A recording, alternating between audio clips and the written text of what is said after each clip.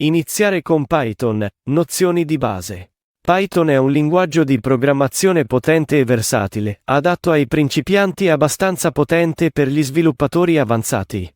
È un ottimo punto di partenza se sei nuovo alla programmazione grazie alla sua sintassi semplice, che si legge quasi come l'inglese. Ciò facilita la comprensione dei concetti di base della programmazione. Per iniziare con Python, devi prima installarlo sul tuo computer.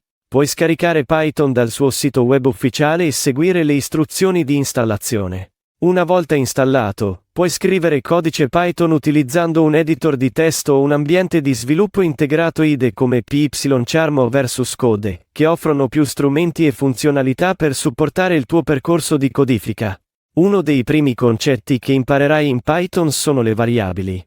Le variabili vengono utilizzate per memorizzare informazioni a cui è possibile fare riferimento e manipolare in un programma. Sono essenziali per creare codice dinamico e flessibile. Python semplifica inoltre il lavoro con diversi tipi di dati, come numeri interi, float, numeri decimali, e stringhe, testo. Un altro concetto fondamentale in Python sono le condizioni e i cicli. Le condizioni consentono al programma di prendere decisioni in base a determinati criteri, utilizzando istruzioni if-else. I cicli, d'altra parte, consentono di eseguire attività ripetitive in modo efficiente con istruzioni for o while.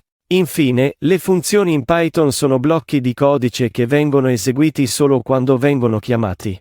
Aiutano a rendere il tuo codice riutilizzabile e organizzato.